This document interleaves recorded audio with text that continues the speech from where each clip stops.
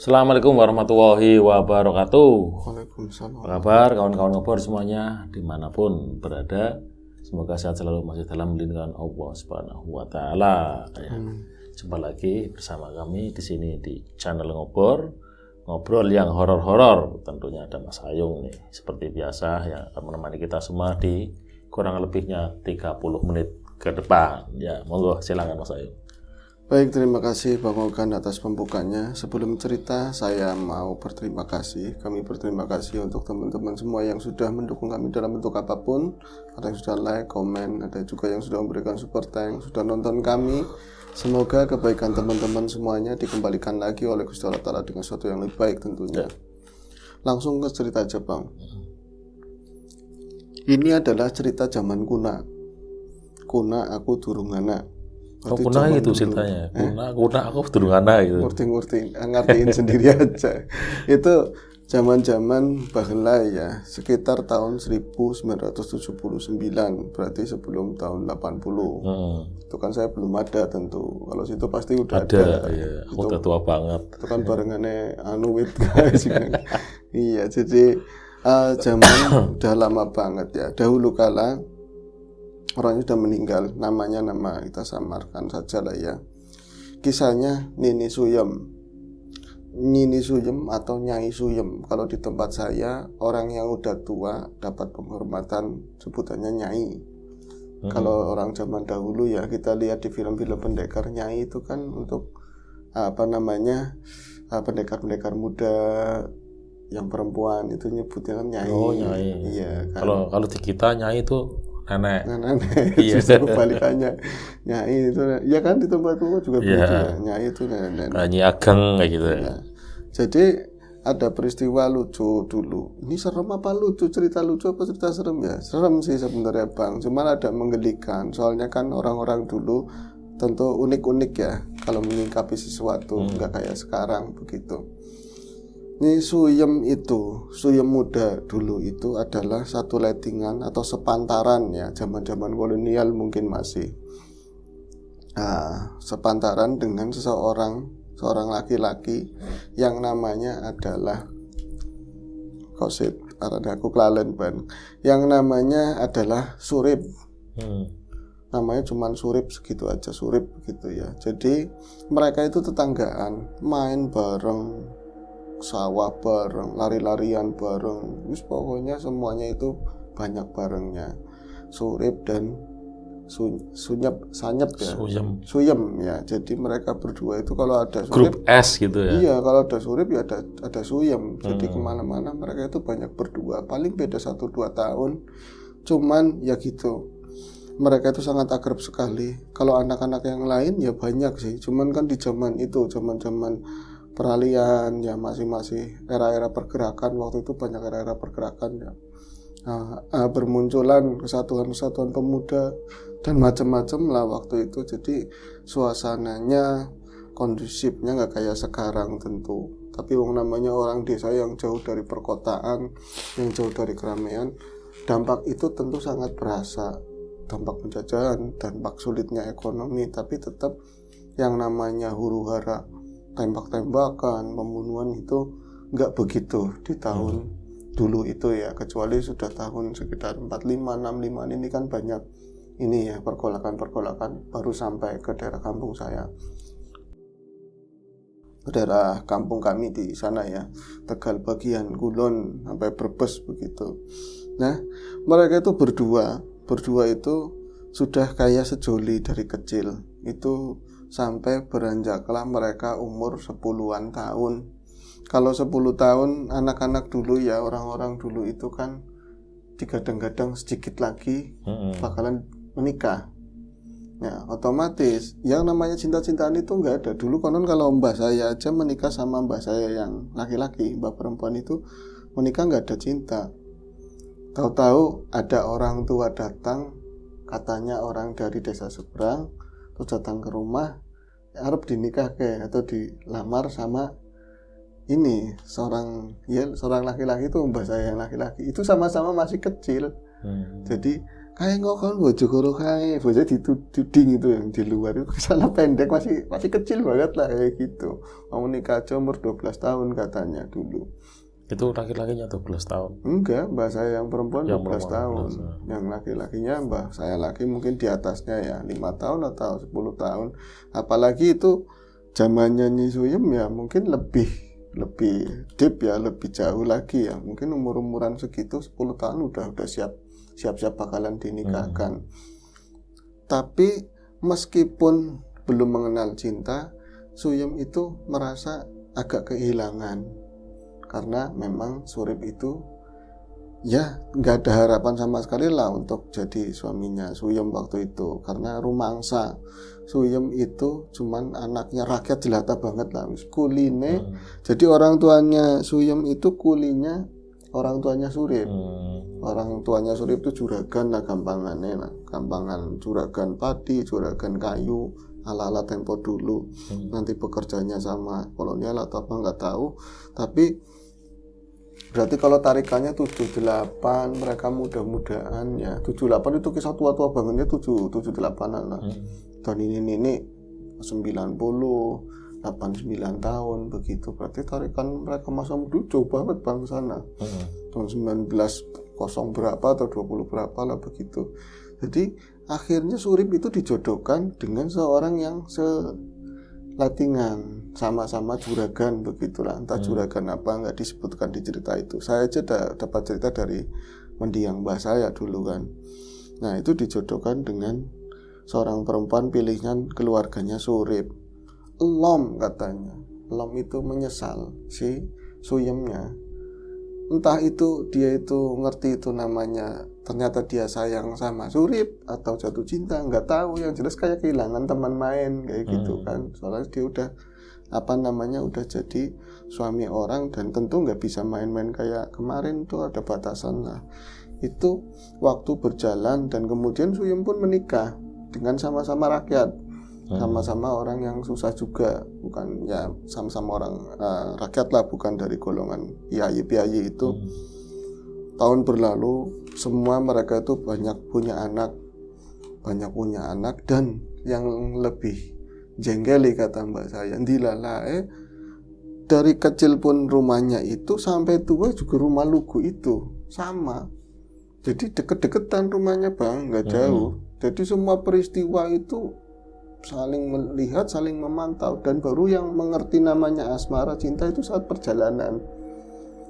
Ternyata saya kehilangan Suyem kata dalam hati Surip ya kan. Surip saya juga sebenarnya cocoknya sama Suyem, tapi gak mungkin bersatu. Udah punya keluarga, punya anak banyak begitu kan. Cuman itu terpendam, semuanya terpendam. Paling ya mungkin sisi-sisi orang-orang terdekat mereka yang tahu sebenarnya mereka tuh saling suka begitu kan, tapi udah berjalan begitu mau gimana lagi, harus legowo begitu ya.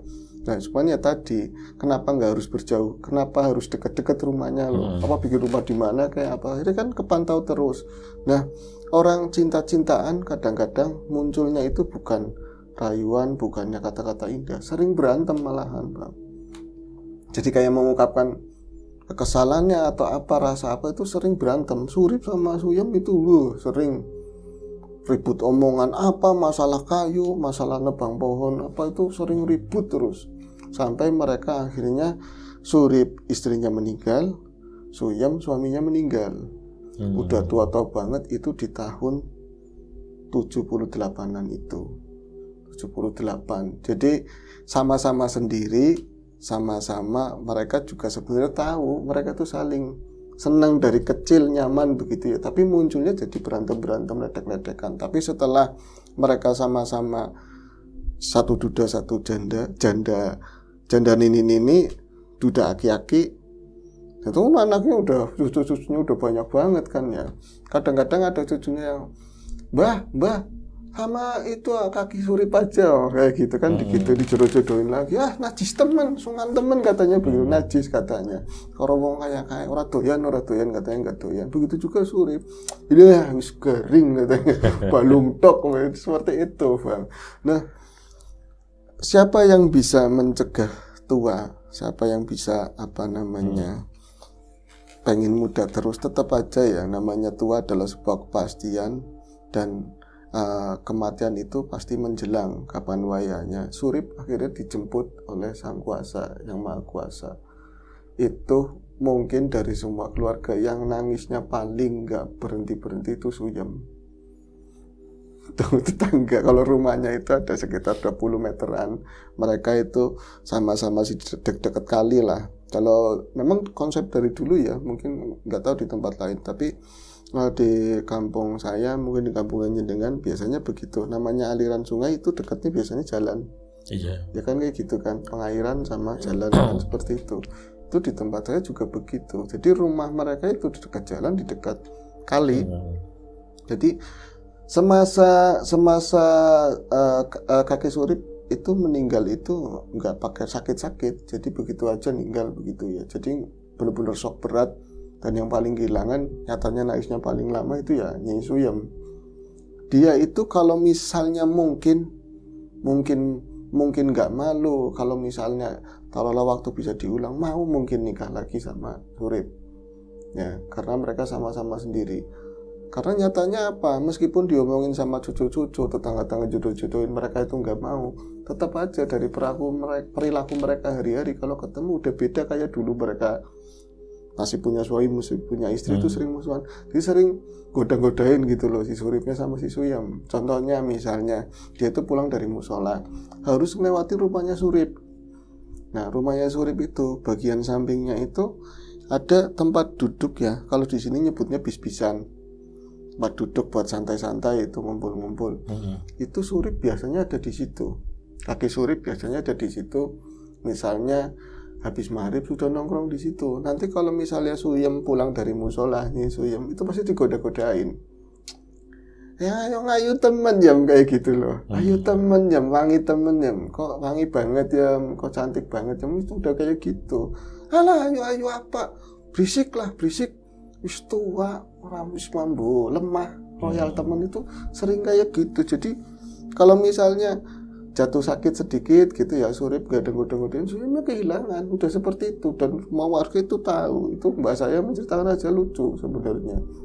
Mbak saya masih kecil, nggak tahun 78 ya nggak kecil, sudah jadi mbak saya berarti kan, lupa saya. Terus itu sering kayak gitu, lucu. Mereka itu ledek-ledekan kayak orang mau bocah sekarang kayak arep pacaran lah seperti itu, tapi nggak mungkin malu-malu mau lah itu. Malu-malu mau. Jadi kehilangan banget ketika Surip meninggal.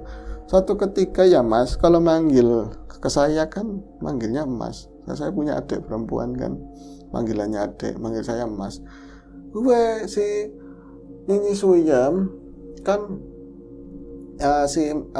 kaki Surip kan udah meninggal waktu itu ya. Ya sedih kelara-lara lah, Nyai Suyem itu sedih banget. Terus sampai di acara nih kalau malam itu ada tahlilan ya. Kalau dulu lah setan pirang-pirang man, setan itu banyak banget di mana-mana itu muncul, ada kunti, ada pocong, ada itu biasa. Belum ada listrik, kebun masih banyak. Jadi setannya itu nyamar mungkin jadi setannya kaki Surip katanya, setannya Ki Surip. Ki Surip itu badannya gede bang. Jadi beberapa hari setelah, berarti semenjak meninggalnya kaki Surip itu sering ada orang itu diperlihatkan atau dinampakkan sosok pocongan, tapi badannya gede tinggi, itu persis kayak kaki Surip segitulah. Bahkan ada yang ngomong mukanya juga kayak kaki Surip. Berarti malam pertama, malam kedua, ketiga itu belum muncul, tapi setelah malam ketiga itu sering ada warga yang dilihatin sosok itu, dan kebanyakan munculnya ya di gedebok-gedebok pisang itu loh, samping-samping jalan, belakang-belakang rumah, dekatnya kandang kambing, itu lihat sosok itu, pocong tapi badannya gede. Itu sepakat mereka semua, walaupun jangan sampai kedengaran sama keluarganya Ki Surip ya, pocong Surip katanya. Nguru pocongnya Surip, bengi Darman ketemu pocongnya Surip. Wow, bodohnya gede mirip banget. Itu pasti Surip. Itu banyak yang dikawengi lah, bahasanya itu banyak yang diteror sama pocong tersebut. Nah, Suyem juga dengar. Itu pernah diomongin sama cucunya. Mbak Uyut, kae pacarnya sampean katanya, pacarnya sampean Ki Surip itu jadi pocong sekarang katanya begitu. Pocong apa? Orang itu dia mah orang baik, belain bang, orang baik, gak mungkin jadi kayak gitu. Kalau yang jadi kayak gitu itu bangsa jin katanya. Itu mah bangsa jin yang nyamar-nyamar jadi Surip. Orang nyontoh orang ngandel, saya itu nggak percaya kecuali baru dewek, kecuali melihat sendiri katanya seperti itu. Dan namanya orang tua waktu itu suhunya udah tua banget, sekitar umurnya mau 90, cuman masih sehat, masih paling ya sakit-sakit tua. Tapi kan daya ingatnya apanya kadang-kadang lupa memorinya. Ingatnya itu ya Surip masih hidup, padahal itu hari ke-7 katanya. Hari ke-7 perengasane itu merasa dia itu ingatnya itu Surip masih hidup. Jadi sore itu habis maghrib biasanya Nyi Suyem itu nggak pulang dari musola, tapi langsung isya itu dia pulang karena udah ada dijanjiin sama cucunya. Arab nganternya tuku buku, nganter tuku buku itu harus jalan kaki itu nggak jauh, tapi yang nggak lewati rumahnya Ki Surip, jadi arah kebalikannya lah. Karena minta antar, karena yang lain itu pada di Jakarta semua. Biasanya kan orang tua ya nenek-nenek itu ditanggung jawab cucu ya. Orang tuanya entah kemana ya, orang tuanya ngasep lah cari uang begitu kan. Jadi nggak ada yang nganter. Aku tak balik di sit orang tutup na Isa, aku nggak nyampe Isa kayak putune cucu saya itu mau minta dianterin buku. Orang awan bae nggak siang aja nyi lah yang pandenggo mau dipakai buku gambar jare kan, katanya buku gambar. Nah itu sambil jalan aja bocah kecil itu tadi yang umur 8 tahun 9 tahun ngomong, Mbak Uyut jare kaki Surip jadi pocong katanya begitu, gosipin begitu katanya. Aku wedi, aku takut, petang men. Sini saya yang pegang baterai senter. Saya yang pegang. Wedinan temen takutan banget sama begitu. Kalau pocongnya Surip itu keluar, buyut sing ngadepi katanya. Wong dia itu takut sama saya katanya seperti itu. Itu kan keluar sadu banget di tahun begitu bang. Saya dulu ngalamin belum ada listrik aja. Rumah-rumah yang jarang yang permanen ya, di depannya itu banyak ceplikan ya. Bambu-bambu yang dibolongin, dibobok, dikasih minyak tanah. Ada sumbu itu indah banget. Dan terangnya beda lah kayak listrik ya, jelas beda sih, cuman sadu banget. Suara jangkrik, macam-macam kebun masih kayak gitu. Itu nganter. Nggak ada yang namanya pocong Surip itu nggak ada sama sekali. Yang ada memang digangguin tapi sosok Kunti. Ya bukan ganggu tapi konon Kunti itu dari dulu itu ada di kampung tersebut. Jadi orang biasa ngelihat lah ya tetap takut.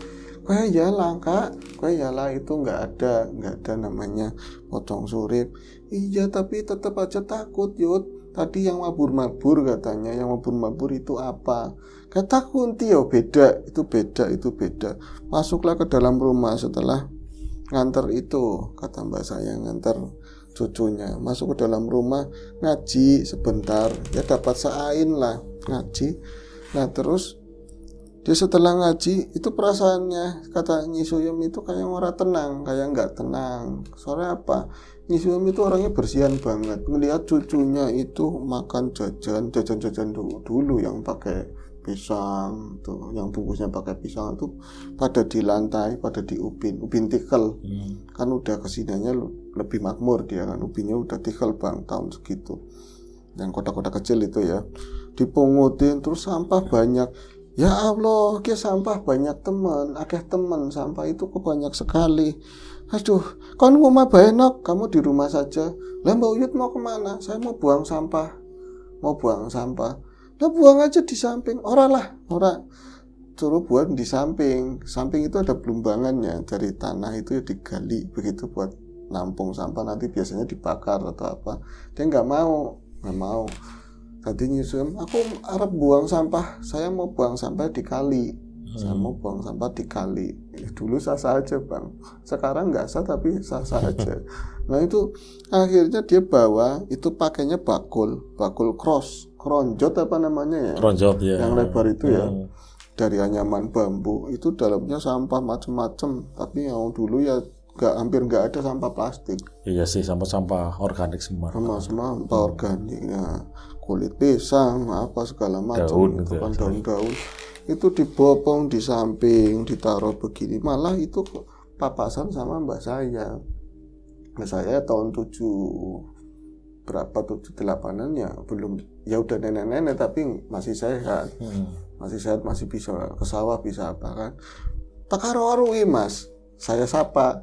Nyi, mangan di bengi-bengi itu kan udah tua banget ya, udah tua banget, mangan di bengi-bengi.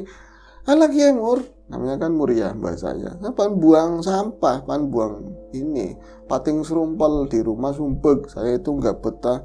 Lah sampean kan ada belumbangan, kenapa nggak dibuang ke samping?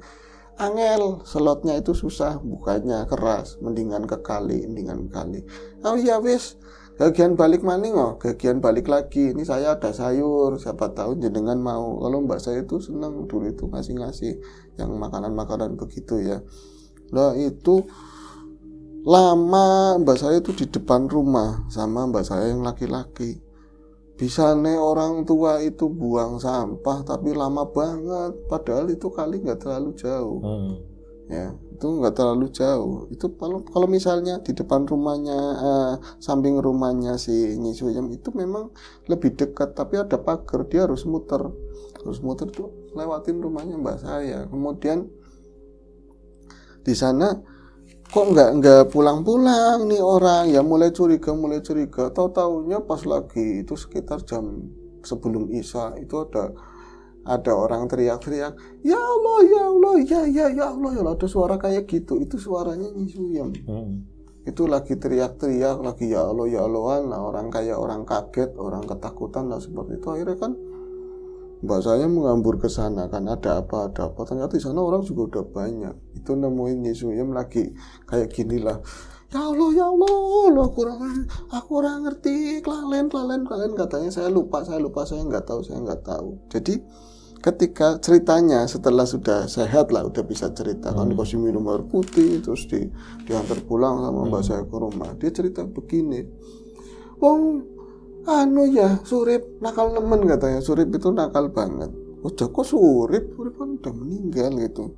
Surip udah meninggal loh Nyi, udah mati ya katanya. Sudah mati kan udah seminggu, ini kan hari 7 harinya. Aku kelalen, aku lupa kalau Surip sudah meninggal. Saya itu nggak lupa wong kelalen gimana sih, wong lupa gimana. Saya itu ya terus terang Galdina, setiap hari itu saya sering digodain sama si Surip. Sering digodain itu di tempat duduk samping kali itu ya. Kalau buang sampah itu ngelewatin itu. Kalau habis sisa kan sering digoda-godain. Ayo temen, kayak gitu kan. Ya ayo temen, yuk bojo yuk, ya kayak gitu ada segituin. Ayo nikah yuk, ya kayak gitu. Itu perasaannya ya nyong lenjeh ya. Saya itu lenjeh katanya. Saya itu juga ganjen. Belum sampai tempat yang biasa Surip duduk aja, hati katanya orang bisa goroh, nggak bisa bohong.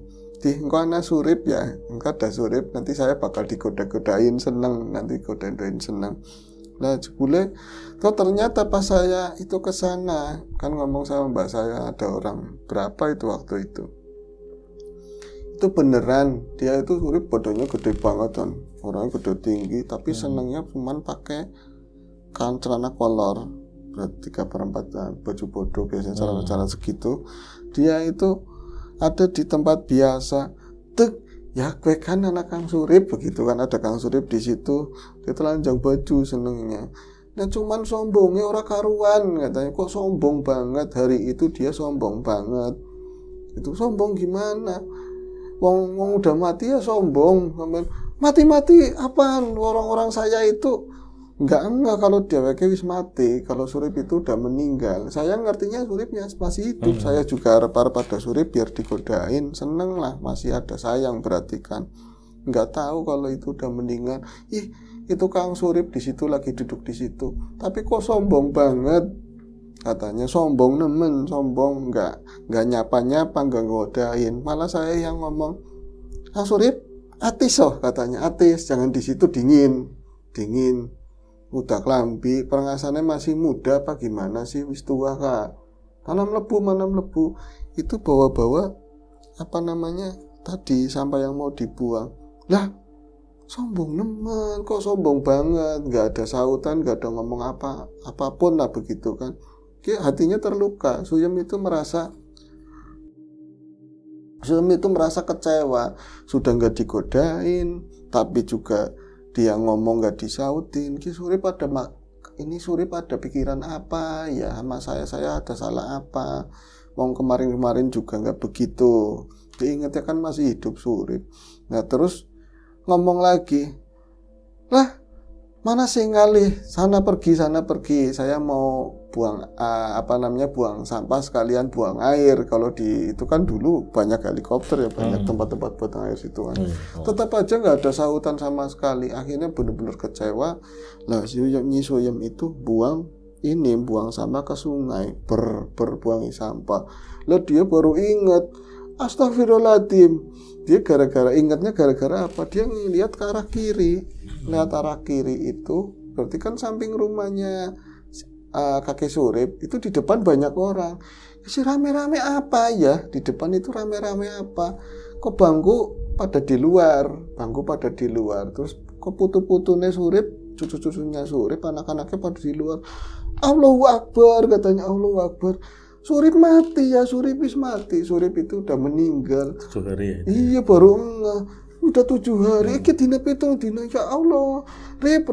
Dia itu takut, sebetulnya Suyem itu takut. Soalnya tadi ya kalau misalnya jaraknya itu dari sini ke pintu itu mungkin ada 4 meteran, mungkin 3 meter 4 meter lah.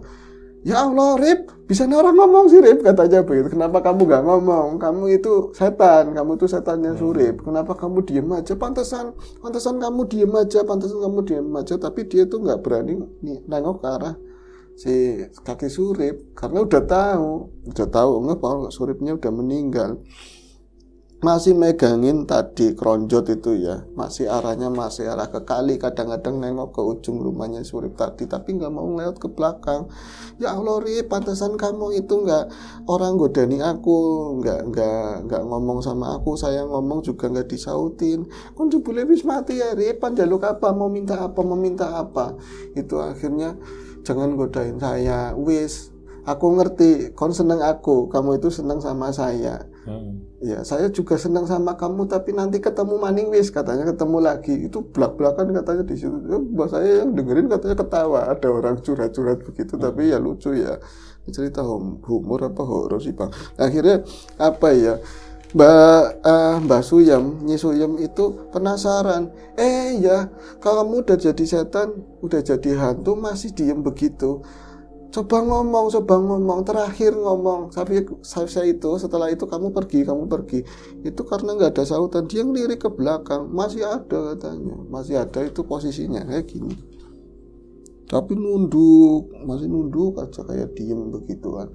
Itu karena diberani-beraniin dia. Itu karena memang kalau di situ tuh nggak bisa kemana-mana. Posisinya harus lewat jalan itu lagi. Masa mau semalaman di dekat kali kan. Akhirnya dia kan balik badan, terus ngadeplah ke arah kaki Surip. Rip, kita ini sih mumpung kamu sudah mati, katanya begitu ya. Mumpung kamu sudah meninggal, kalau saya punya salah apa-apa, dimaafin ya, Rip. Tolong dimaafin, Rip. Tolong dimaafin. Saya pernah marah, pernah jenggeli, pernah apa, tolong dimaafin. Sana, sudah kamu minta apa? Mau dibakari menyan, katanya begitu.